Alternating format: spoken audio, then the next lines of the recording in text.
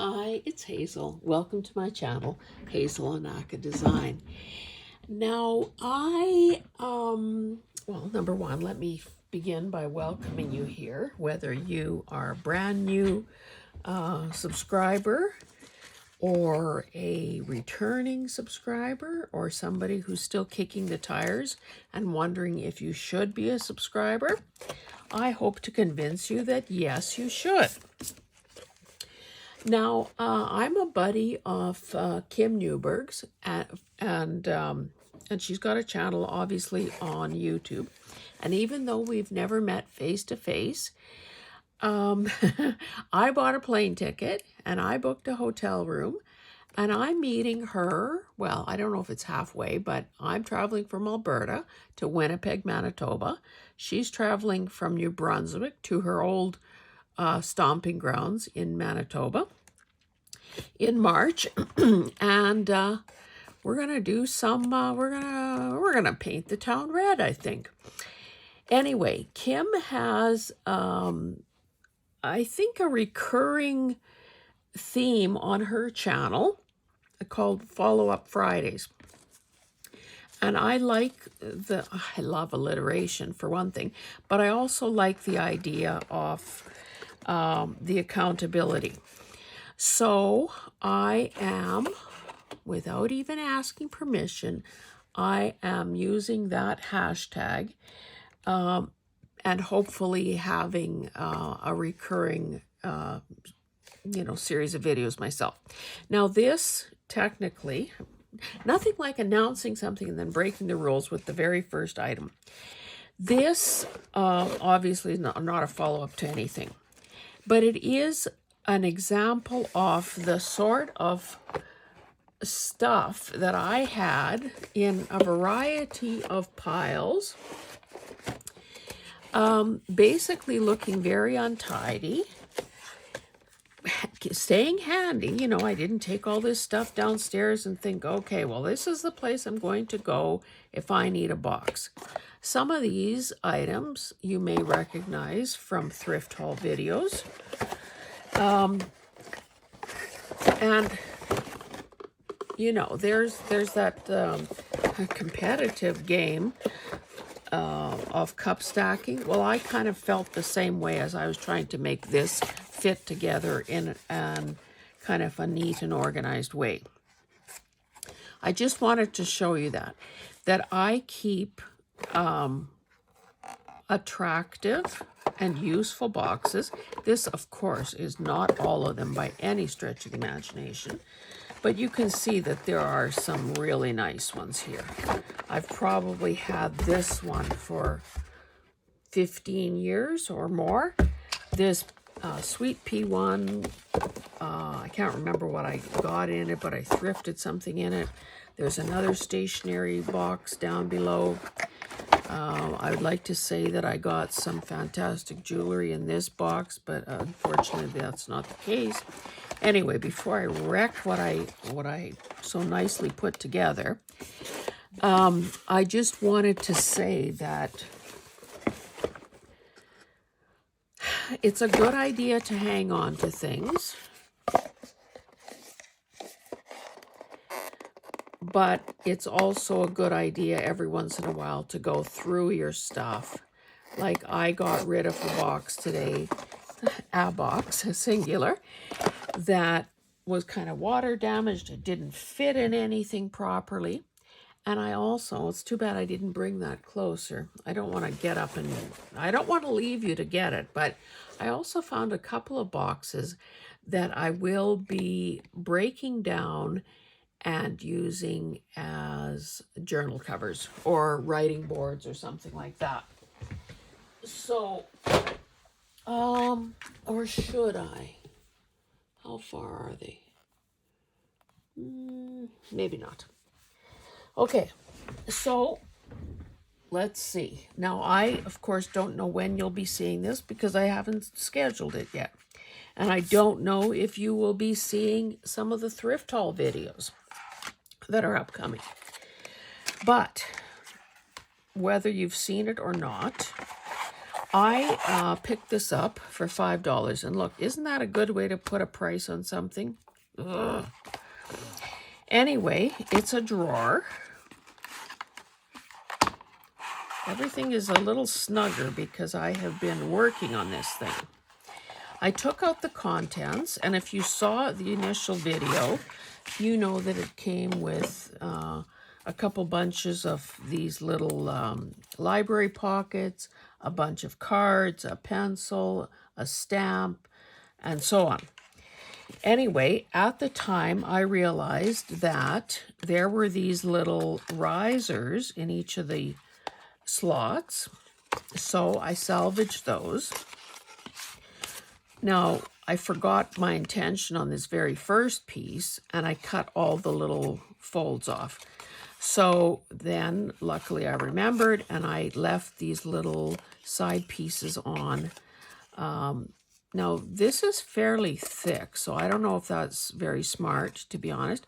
But, you know, it could always be cut off if we can't afford the depth, the bulk. And forgive these hands, I've been using matte medium. Anyway, the box itself was fairly dirty looking. So I basically walked around with one of these, this, and tried to find some scrapbooking paper that would be coordinated. This, there never was any, acetate or cellophane or anything on these windows, but it wasn't a nice clean fit. So what I ended up doing was hacking away at it with my knife and then using a sanding block, and you can see, hopefully, that there. And again, this is not the greatest result just yet, because I then put in this patch, and I've already sort of pre-cut some other strips to cover the rest of it, but I kind of wanted things to dry a bit. I also did the bottom. And because we know that sometimes things are not square, sometimes we're not seeing quite straight, I've had the paper bigger than the scrapbooking paper. So in other words, I lay it on my piece of scrapbooking paper and then with a pencil drew around it and then cut it even a little bit bigger than that. So I was using matte medium and this brush. I'm not going to take it out of there because this is how I'm keeping it from hardening.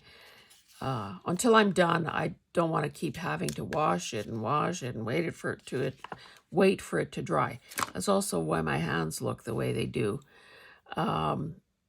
It's hard on the skin. I mean, it's not hard. It's not technically hard on the skin. It's just all that washing of hands is drying. Now, you may look at this and think, oh, this looks kind of shabby here. Well, let me tell you what happened. Because, I tell you the good, the bad, and the ugly. And see, this overlaps. Well, I should show it to you. This overlaps. So maybe I just broke off a section of knife, so this is nice and sharp. Maybe while I'm talking, I can be doing something. So I'm just kind of doing this freehand because I really can't get in there with a ruler. So let's hope this works, and let's hope it's sufficiently dry that it's not going to rip. And if there is a bit of an overlap there still, I guess I didn't need to be using that sawing motion. I will use my sanding block to, smooth this out. And not only will I smooth it out, it will serve to sort of fray or distress the edge. Now, oh, that doesn't explain why that looks the way it does. So even though it's not my first rodeo, you know, I've used matte medium before, and this is Liquitex brand, but there are others. I put it on, I thought, very generously. I smoothed it out. Now, again, it's a little bit hard. I'm not making excuses, but it is a little bit hard in that there's nothing under here to support it. Apparently, I didn't do a very good job smoothing it out because I had air bubbles here. And, of course, this paper is very thin. So when I realized that and I tried lifting it, it started tearing. So I had to abandon that plan. So then I thought, oh, why don't I just try taking a stick pin and poking at the air holes? Well, I did that, but then, you know, wet paper is weak. And then before you know it, there was some abrading of the paper, and then I rubbed it, and one bad decision after another. So I'm telling you this just so that you don't ever start thinking that I know everything, because I surely do not. And also to prove to you that anything can be fixed. Now, you can see there's some fray or some stuff there as well. Now, I cut, so when it came, because, you know, I said I had excess around. So I laid my thing on my cutting mat and just freehand used my blade to cut the excess off.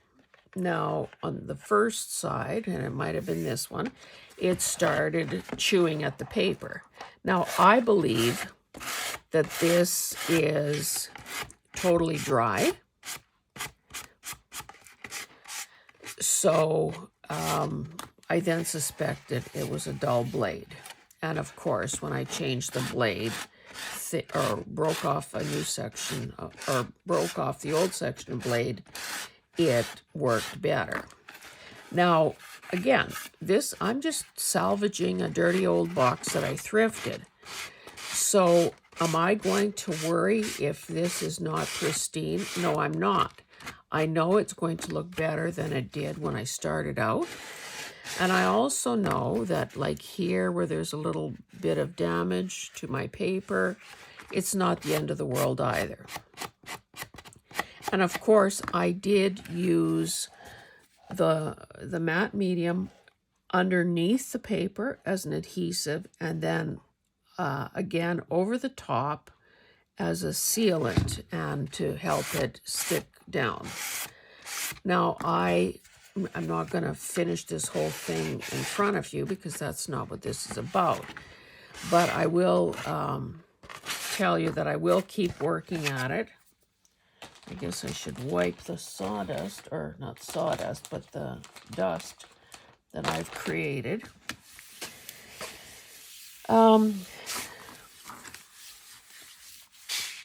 This I bought, I think you can get 2 of these for about $1.25 or $1.50 at a dollar store. So it's a good tool and a very affordable tool to have in your arsenal. So the work I need to continue to do here is, I'm not doing anything to the drawer. I will neaten this up, sand it down a little better because it's not quite good here. You can see that little flap there. I will fit these strips and, you know, cover up that price tag and all that. And then this thing will be done. And it'll be a cute little addition to my space. Now, between these strips that I have left, don't want to put that on the wet, but, and and whatever trimming I do yet. I did, well, I guess I showed you that. I did decorate these little pockets. This is actually a belly band here. And this will have effectively used up one 12 by 12 sheet of paper. So, you know, that's always a plus as well. So I'm going to set this aside and show you the next thing.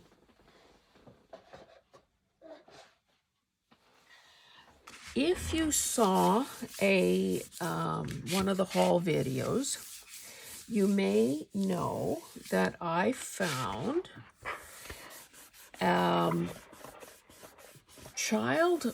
puzzle that was around when I was a child. I remember doing the puzzle repeatedly, to be honest, because, you know, kids back then didn't have much to play with. And not only that, we walked to school uphill both ways in snow 3 feet deep. Not true. Anyway, I'm just sort of, you know what I'm doing. Trying to say how hard suffering we were back in the day. Anyway, okay. So, now you can't really tell. I wanted to save the box. Now, it was in a little sad shape. It didn't help that it had Scotch, and I'm afraid to try to lift this because I think it's going to take the color too, take the top layer. But of course, you know, a lot of these thrift store places, I guess I could round these corners. A lot of these thrift store places, oh, I wonder, maybe not. Might need my crocodile, which is not here. A lot of these places, when it's puzzles, of course, want to seal the box, or games, they want to seal the box so that, you know, no little scoundrel removes something. So I had to deal with that. This is the other side. So there were 3 puzzles in this little box. And the name of the puzzle was Baby's Pets. Now, obviously, you're aware of what puzzle pieces look like. But that's not going to stop me from showing you anyway. I salvaged what I could of the side pieces of the box. And you can see just how, you know, how it has worn, both from age and how it was treated. Now, I know that during the 100-day project that I did last year, I definitely showed you how I treat these oversized kids' pieces. So just in a nutshell, again, you take something like a sanding block, sand down the shininess, the slipperiness off it, and then you can obviously cover it with whatever you wish. Now, I think some of these pieces are also broken, so, you know, something like that, I guess I should just throw out right now. Do you see that? I actually threw something out right there before your very eyes. I'm trying to be, that's broken. Maybe that one can stay for now. This has tape on it. Not sure why. I thought there were other broken ones. So whoever did this puzzle was a little bit rough. Now they will be, the reason I'm not throwing out those creased ones at this point is because they will be reinforced a bit with whatever I cover them with. And it's nice to do this ahead of time and have them done, and then just, to have them sanded at least, and then kind of do it in a batch so that you're, and again, I would use matte medium. I would use, you know, a soft synthetic brush like this. And I would use a combination of this, like, you know, obviously it would be easy to sand, but then what do you do on these concave areas? That's when an emery board comes in handy. Do I have one? Well, here are a couple of pieces. You can see that this is pretty worn. Now, you can buy emery boards at the dollar store for, you know, 2 or 3 in a package. So again, you know, they only work for so long, so you need to keep, you know, paying attention to the state of your tools, even if they're dollar store items. So I think, oh, I do want to say that, you know, maybe for those of you who have been around a while, I don't want to say for those of you who are old, because that's not the case, but people who have had experience, have been around a while, have done a few projects, you know, this is going to seem so elementary to you, or so like, oh my goodness, why is she saying this? But let's never forget that we all were beginners at one time. We all had to learn the tools, the techniques, the jargon, and we need to be patient and understanding of people who are further behind on the path, on the journey, than perhaps we are. And I believe with every bit of every fiber in my body that we continue, if we're smart, if we choose to, we continue learning till the day we die. So I'm learning every day. I hope that you're learning every day, and I hope that you're patient with people who know less than you do, and do the right thing, and give beginners, give other people a hand up, a connection, a recommendation, a shout out, whatever. Anyway, so I had this cover ready. I wanted to use one of these side pieces there, but I thought, well, what is the point of saving that if it's not or using that if it's not visible? So I had this dyed really thin stuff, I don't know, I guess muslin, and that's what I used, and hopefully you can see baby's pets through there. So then this is kind of the predominant, or the biggest block of color on here. So then I chose what I thought was, you know, a paper that would work. Whoa! Oh, damn it.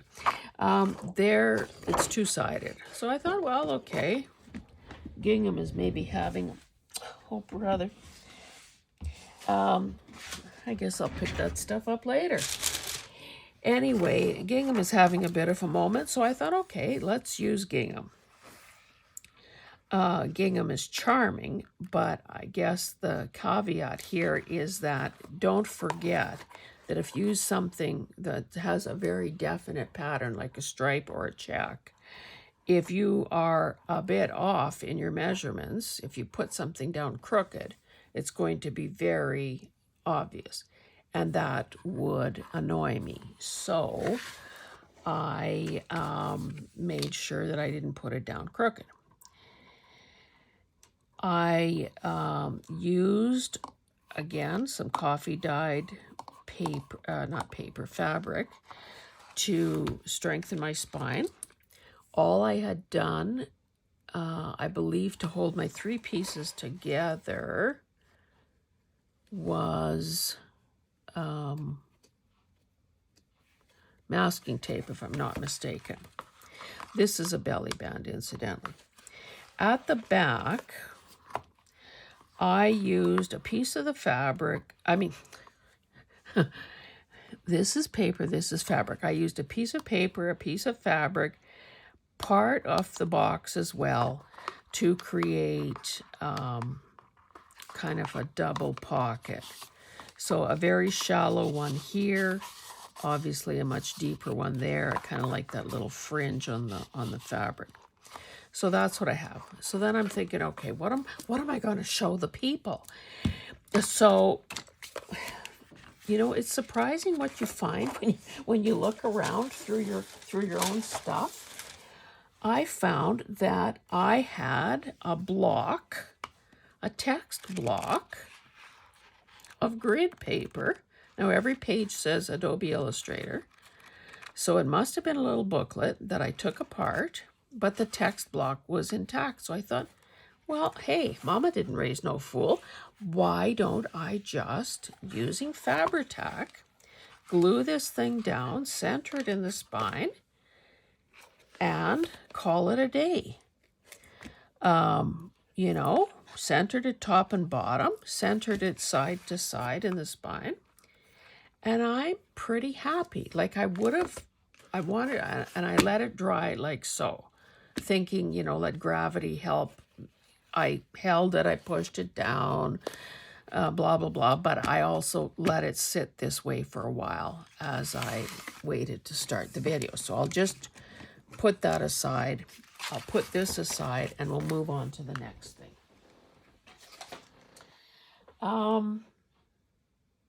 Now the next thing is, well, this isn't quite a follow-up thing, but like, what is the common denominator here? I'll give you a clue. It's my initial. So I've been digging through my chipboard pieces quite a bit lately because I was trying to include monograms in some of the Happy Mail Movement envelopes that I sent out last Friday. Anyway, so H is a fairly, I mean, there aren't that many H names out there. So well, and again, they're mine, so I could do whatever I want. I chose to pluck out all the H's. So you can see that, you know, there's some glittery ones, some very plain ones, some very fancy ones that are even reversible in a case like an H. This one, it feels like it's flocked. This is just a punch out. Anyway, so I have been throwing all the H's just in this pewter dish here. Here's one I stamped. And I would like to suggest to you that if you are, you know, working in your studio space, in your craft room, if you come across your monogram in whatever format, and I'm going to keep looking because I'm sure I have some like fabric patches that you can glue onto, you know, if you were sewing something. I'm just going to keep my eye peeled for more H's in whatever format I see them. Lowercase, uppercase, different styles, different colors, it doesn't matter. Because at some point, I'm going to do a video on, you know, using our initial, using our monogram. So it would be good if you had some of yours already collected. So I can put that aside now that you have that homework. Okay, and then the final thing. I thrifted this old Purity cookbook. It was in sad shape. The cover was essentially ripped off. I have since removed the text block, and they were sewn in signatures. I couldn't find a date on any of this.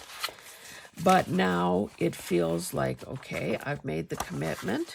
I'm definitely using this book. So what I'll be doing as I feel like it and as I have time, I will probably, okay, that's not attached. I'll probably separate, oh, you know what? It looks like the photo pages were the ones that were glued at the start off and the end of a signature. you can see how it's just glued. It hasn't been sewn in. So what I'm going to do is obviously collect all the color photos because they need to be handled differently since they're not an actual signature page. And as much as I have several irons in the fire and several projects on the go, like you're not going to let me off the hook and let me forget to do the blush journal. So that's another thing that I will keep showing you progress videos on, or working, you know, doing tutorials about. I also have a purple one that is, you know, it has the signature sewn in. I just need to get myself and my stuff in front of the camera and see where it stands. Maybe I have enough to finish it and just don't know it yet. Anyway, so what I'm saying is oh, look at the nice bread. What I'm saying is that I have all of these things in progress, but I don't want to, like, I'm in charge of my own workday. I decide every day what I'm going to work on. I decide if I'm going to make videos, if I'm going to organize, if I'm going to sew. I decide all of those things. So my decision is to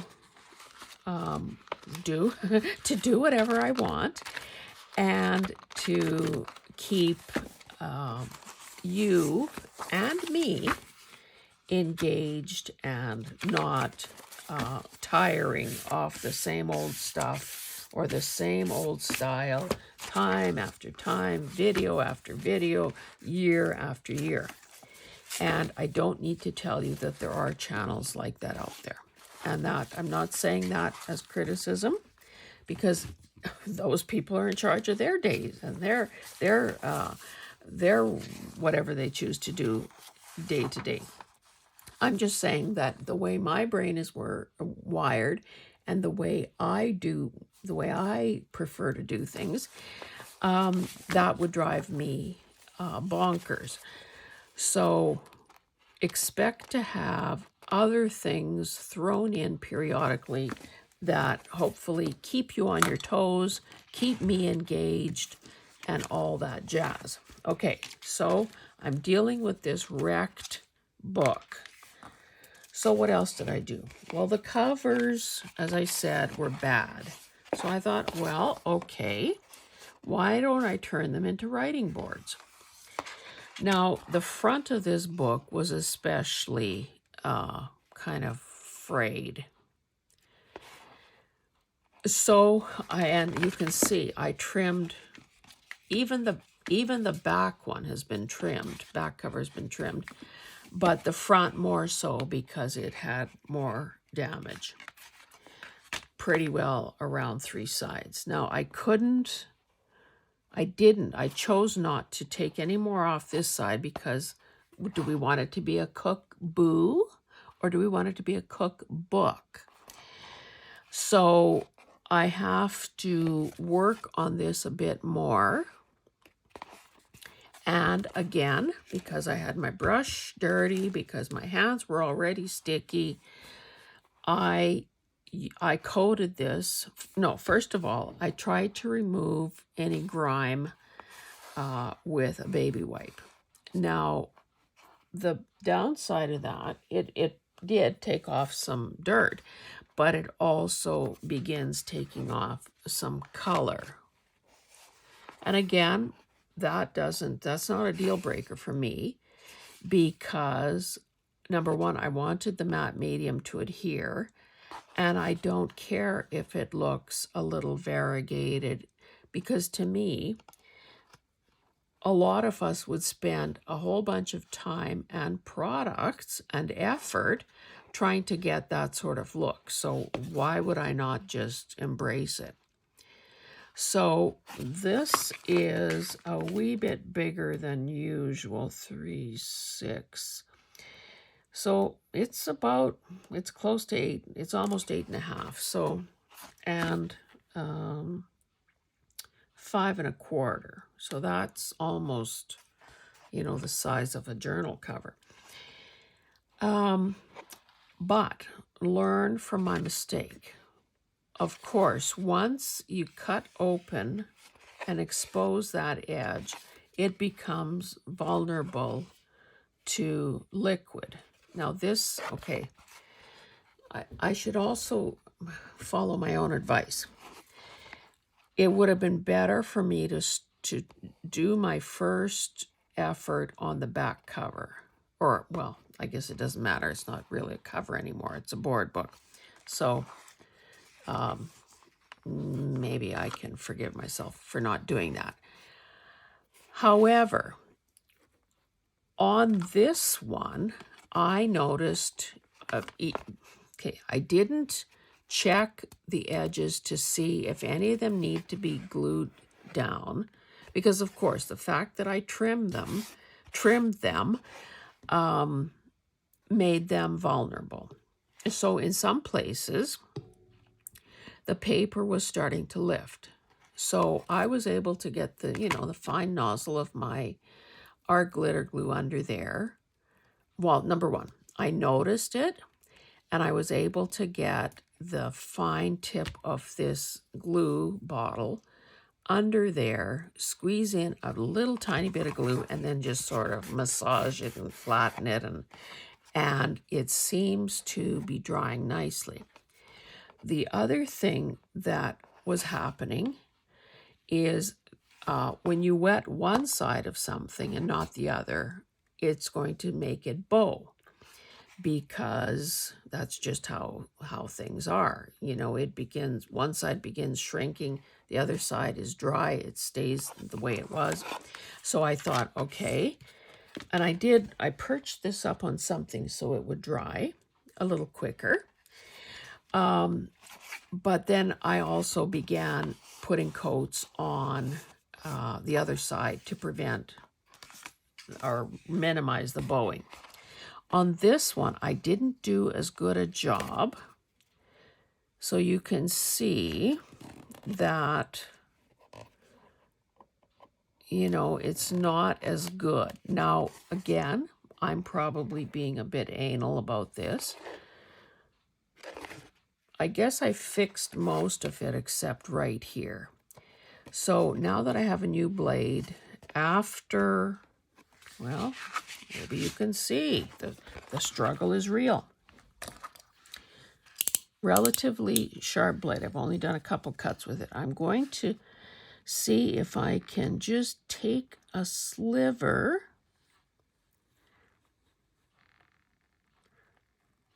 off, because really on a writing board, I don't want to, you don't want to, see, that makes it better. You don't want to start adding anything to it, because then you defeat the purpose. The whole point of a writing board, in case you've never heard that term before, is to have a nice, smooth, rigid surface to include with a journal, so that if somebody is actually, suppose this was a journal here, and maybe it had, or no, not here. Here, maybe there was something, a pocket and a tag and a ruffle, and you wanted to journal on this page, you'd stick your board underneath there, and you've got a nice, flat, rigid surface.